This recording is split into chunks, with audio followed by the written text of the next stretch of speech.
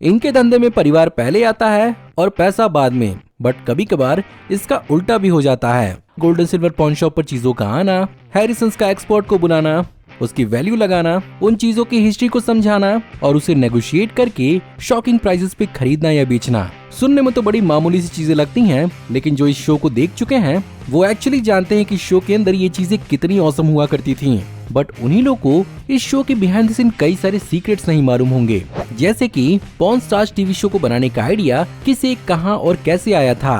Pawn stars की shop यानी the golden silver pawn shop आखिर कहां पर है और इसकी बिहाइंड द सीन शूटिंग होती कैसे है। इस शो के सक्सेसफुल होने के बाद हैरिसंस के बिजनेस में कितनी बढ़ोतरी हुई थी और उन्हें कौन कौन सा फायदा पहुंचा था।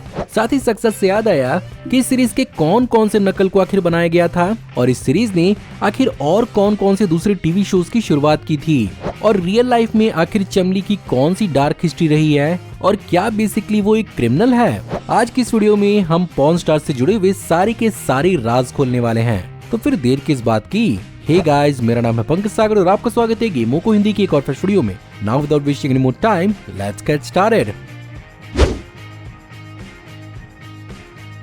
हिस्ट्री टीवी 18 पर आने वाले पॉन स्टार शोज का आइडिया लेफ्ट फील्ड पिक्चर्स के ब्रेंट मोंटोगोमेरी और कोल्बी गाइंस को आया था, जो साल 2008 में लॉस वेगस में अपना एक वीकेंड बिताने गए थे और इसी दौरान उन्हें कई सारे पॉन शॉप्स काफी इंटरेस्टिंग लगे थे और वो ऐसा मानते थे कि इन शॉप्स के अंदर कई ऐसे कैरेक्टर्स मिल सकते हैं जो एक बेहतरीन रियलिटी शो बनाने में हेल्प कर सकते हैं। वहीं पर दूसरी ओर जिस पॉन शॉप को दिखाया जाता है उसका नाम गोल्डन सिल्वर पॉन शॉप है और उसके को ओनर यानी रिचर्ड हैरिसन के बेटे रिक हैरिसन ऑलरेडी अपने शॉप को रियलिटी शो में 4 साल से बदलना चाहते थे और इससे पहले ये शॉप 2001 की पीबीएस डॉक्यूमेंट्री और 2003 के इनसोम्नियाक विद डेविड एटल के 2003 के एक एपिसोड में फीचर हुई थी और तभी से रिक हैरिसन अपना खुद का एक टीवी शो बनाना चाहते थे। बट हिस्ट्री टीवी 18 की सुपरहिट शो बनने से पहले इस शो को एक्चुअली HBO को पिच किया गया था, जहां पर HBO taxi cab confessions TV show के स्टाइल में इस शो को बनाना चाहती थी, जो more of a reality show कम और डॉक्यूमेंट्री सीरीज की तरह ज्यादा थी। इवेंचुअली इस सीरीज को उस हिसाब से तो नहीं बनाया गया, लेकिन हाँ इस टीवी शो से कई सारे इंस्पिरेशन पॉन स्टार्स के अंदर भी लिए गए। फाइनली हिस्ट्री टीवी 18 की उस समय की प्रेसिडेंट नैन्सी ड्यूबाक एक्चुअली अपने चैनल पर बोरिंग प्रोग्रामिंग से हटकर कुछ नया और इंटरेस्टिंग दिखाना चाहती थी और यहीं पर लेफ्ट फील्ड पिक्चर्स ने इस शो को हिस्ट्री टीवी 18 को सजेस्ट किया और एक्सप्लेन किया कि कैसे golden silver pawn shop Las Vegas strip से सिर्फ और सिर्फ 2 मील की दूरी पर है और ये लोकल्स के बीच में एक बहुत ही फेमस पॉन शॉप है। ओरिजिनली इस शो का नाम पहले पॉनिंग हिस्ट्री होने वाला था, लेकिन इसके नाम को इंटेंशनली पॉन स्टार्स रखा गया ताकि इसे थोड़ा नॉटी और मेमोरेबल बनाया जा पाए। लेकिन हैरिसंस का ये पॉन शॉप का बिजनेस आखिर कितना पुराना है? वेल, आपको ये बात जानकर हैरानी हो सकती है कि रिक हैरिसन एक्चुअली अपने ब्लड लाइन के 3rd generation of porn broker हैं और उनसे पहले उनके पिता और उनके दादा भी इसी फील्ड के अंदर एक्सपर्ट थे। तो जाहिर सी बात है कि उनके सक्सेसफुल करियर का एक बहुत बड़ा रीजन उनकी फैमिली लेगेसी है। वेल, ऑफ कोर्स इस शो का शॉप, उसका बिजनेस और उसके ओनर्स तो असली थे, बट फिर भी इसमें थोड़े फ्लेवर की कमी थी, जिसके कारण यहाँ पर नेटवर्क ने अपने ब्रांड के हिसाब से कई सारे ऑन कैमरा एक्सपर्ट्स को भी हायर किया, जिसे रिक एक्चुअली समय आने पर कॉल करके अपने शॉप पर बुलाते हैं। साथ ही साथ इसमें कई सारे छोटे मोटे स्टोरी लाइन्स को भी ऐड किया जाता है। वहीं पर ऑफ कैमरा कुछ इंटरपर्सनल झगड़े या मनमुटाव को एक्चुअली शो इनकरेज करता है और इन्हें शो के अंदर दिखाने के लिए डोंट वरी इतना ही नहीं है, अभी बहुत सारे राज हैं जो इस वीडियो में खुलना बाकी हैं। अगर बात करें शॉप की तो golden silver pawn shop America के लॉस वेगस नवाडा के वर्ल्ड फेमस वेगस स्ट्रिप से सिर्फ और सिर्फ 2 मील की दूरी पर है। यहाँ पर कॉमनली सबसे ज्यादा बिकने वाला आइटम एक्चुअली ज्वेलरी ही होती है, बट इस शॉप के अंदर और भी बहुत कुछ है जिसे खरीदा और बेचा जाता है और अप्रोक्सीमेटली इस शॉप के अंदर तकरीबन 12,000 आइटम्स हैं, जिसमें से तकरीबन 5,000 आइटम्स पॉन यानी लोन के लिए रोके गए हैं। अब जाहिर सी बात है, हमने रिक को बहुत सारी चीजों को खरीदते और बेचते हुए तो देखा है, बट कभी किसी को पॉन करते हुए नहीं देखा। वेल, रिक ने खुद इस बात को एक्सप्लेन किया है कि बहुत सारे कस्टमर जो पॉन करने आते हैं वो एक्चुअली अपने आप को फिल्म नहीं करवाना चाहते, जिसके कारण यहाँ पर हमें सिर्फ और सिर्फ सेल्स ही देखने को मिलती है। और जैसा कि ये शो एक्चुअली दुनिया भर में पॉपुलर हो चुका है, अमेरिका भर में मौजूद कई सारे लोग इस शॉप में प्रैंक कॉल कर करके दिन भर इनका दिमाग खाते हैं और बहुत सारे लोग आउटरीजियस से आउटरीजियस खरीद बिक्री की इंक्वायरी करते रहते हैं। लेकिन जब ये लोग रियलिटी शो में इतने ज्यादा बिजी होते हैं तो इनकी दुकान चलती कैसी है, यही सवाल आपके मन में भी होगा। इस चीज के लिए यहाँ पर हफ्ते के कुछ ऐसे दिन चुने जाते हैं जहाँ पर इस दुकान को एक्चुअली बंद किया जाता है और बहुत ही सिलेक्टेड लोगों को इस शॉप के अंदर आने की इजाजत होती है। साथ ही साथ फिल्म भी शो के लिए उन्हीं को किया जाता है जिनके पास कोई बेहतरीन या इंटरेस्टिंग ऑफर हो। और इस दौरान बाकी के कस्टमर्स को रिक और दूसरे ओनर से इंटरेक्ट करने के लिए मना किया जाता है और हफ्ते के बाकी दिन नॉर्मल कस्टमर्स आकर इस शॉप के अंदर डील कर सकते हैं। बट हर बार शॉप के ओनर्स इस शॉप के अंदर नहीं होते। लेकिन इस शो से आखिर gold and silver pawn shop को कितना फायदा पहुंचा? अप्रोक्सीमेटली इस शो से पहले तकरीबन 70 से 100 कस्टमर्स ही पर डे इस शॉप के अंदर आया करते थे। बट इस शो के पॉपुलर होने के बाद 1000 से भी ज्यादा कस्टमर्स अब इस शॉप के अंदर रोज आते हैं और इस पूरे के पूरे कस्टमर्स की भीड़ को संभालने और मैनेज करने के लिए 30 से भी ज्यादा नए एम्प्लॉयज को रखा गया है। साथ ही साथ शो से शॉप की पॉपुलैरिटी को देखते हुए रिक ने तकरीबन $4 लाख खर्च करके अपने शॉप और शोरूम को 15,000 स्क्वायर फीट के साथ और भी ज्यादा एक्सपेंड किया है। और यहाँ पर एक्चुअली अपने एम्प्लॉयज को एक्टिव रखने के लिए इन्होंने अपनी छत पर जिम तक बनवाया है। साथ ही साथ इनकी कमाई अपने मर्चेंडाइज से भी होती है। और तो और ये लोकल नाइट क्लब्स और फंक्शन में भी पार्टिसिपेट करते हैं, जिसके लिए तकरीबन $1,000 पर नाइट का लेते हैं।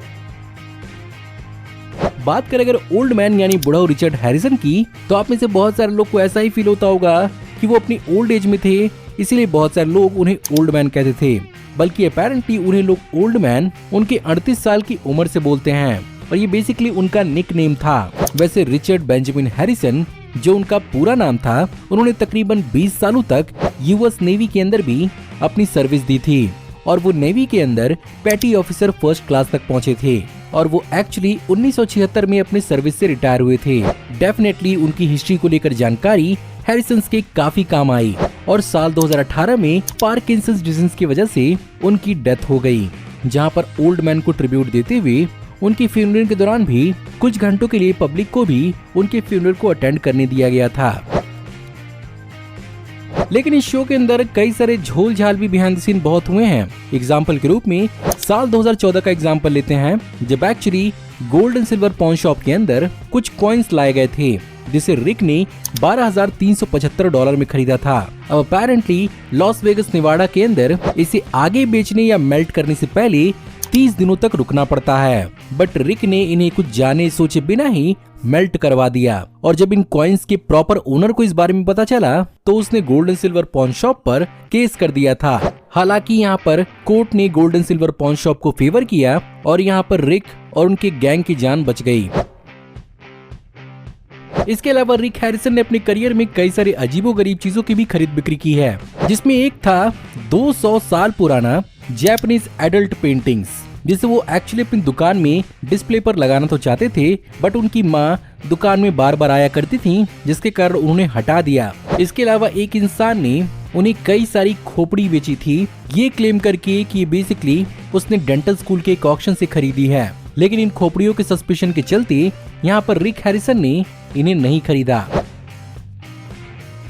लेकिन वहीं पर कुछ कंट्रोवर्सीज की बात की जाए तो बिहाइंड द सीन सरप्राइजिंगली बहुत सारी कंट्रोवर्सीज हुई हैं। एग्जाम्पल के रूप में वेन जेफरीज जो एक्चुअली हैरिसन्स के मैनेजर थे, उन्होंने हैरिसन्स के ऊपर कोर्ट केस किया था क्योंकि इस टेलीविजन शो के पॉपुलर होने के बाद हैरिसन्स ने वेन जेफरीज को उनका कट एक वक्त के बाद रिड्यूस कर दिया था और कुछ समय बाद उन्हें एक्चुअली अपने काम से भी निकाल दिया था। जेफरीज का दावा था कि वो एक्चुअली एक बहुत इंपॉर्टेंट रोल प्ले कर चुके हैं हिस्ट्री टीवी 18 पर उनके शोज को ऑन एयर करने के लिए, फिर भी यहाँ पर हैरिसन्स ने उसकी कद्र नहीं की।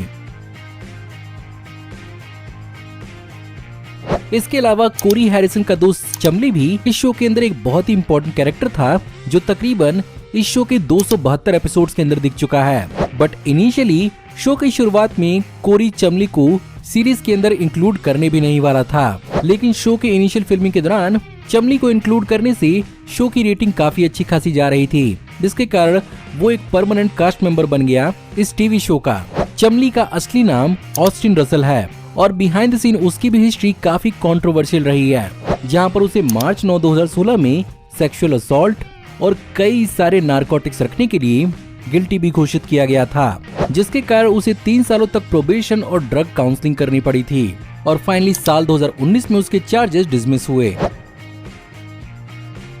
वहीं पर कोई चीज जब सक्सेसफुल होती है तो उसकी नकल भी होती है, लेकिन इस चीज की गारंटी नहीं होती कि वो ओरिजिनल के बराबर ही क्वालिटी देगी।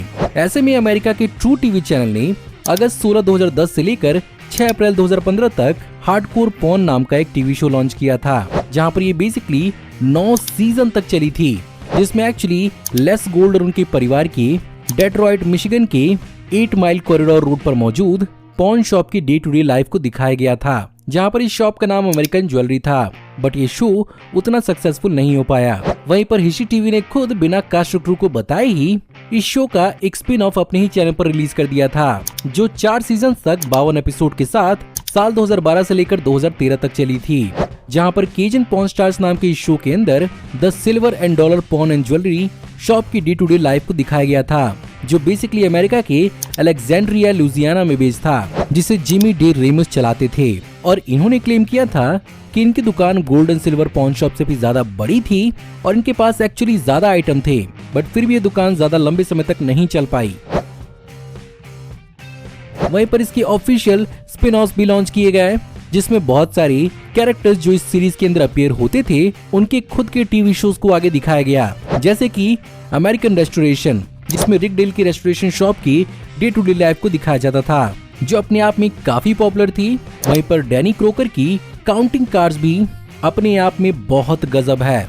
साथ ही साथ यूके का अपना भी पॉर्न स्टार्स यूके नाम का टीवी शो है, जिसे हिस्ट्री टीवी यूके पर दिखाया जाता है। साथ ही साथ gold and silver porn shop से जुड़ा हुआ एक पूरा का पूरा गेम शो भी है, जिसका नाम पॉर्नोग्राफी था। इसके साथ साथ पॉर्न स्टार्स के साउथ अफ्रीका और ऑस्ट्रेलिया वर्जन भी हैं। फाइनली अगर बात की जाए इस सीरीज की कुछ अचीवमेंट्स के बारे में, तो साल 2010 में रिक हैरिसन और उनके स्टाफ को porn broker of the year का अवार्ड मिला था, जिसे अमेरिका की national porn broker association industry ने उन्हें दिया था। साथ ही साथ 17 जुलाई 2012 को क्लार्क काउंटी कमीशन ने लॉस वेगस के अंदर इस दिन को porn stars / gold and silver porn day के रूप में डिक्लेयर किया, जहां पर रिचर्ड हैरिसन ने $1000 क्लार्क काउंटी हेरिटेज म्यूजियम को दिया था। सो गाइस, कैसी लगी आज की वीडियो? उम्मीद करता हूं कि आपको आज की वीडियो पसंद जरूर आई होगी, और अगर आपको आज की वीडियो पसंद आई हो तो प्लीज वीडियो को लाइक जरूर करिएगा। कमेंट्स में आप अपने थॉट प्रेजेंट करना बिल्कुल भी मत भूलिएगा। अगर आप चैनल पर नए हैं तो प्लीज चैनल को सब्सक्राइब कर लीजिए। हम ऐसे ही ऑसम वीडियोस चैनल पर लाते रहते हैं। मैं जल्दी ही आपको एक नई वीडियो में देखने को मिलूंगा। तब तक आप हमारी इन वीडियोस को एंजॉय कर सकते हैं। Thank you for watching. See you in the next video. Till then take care, good bye.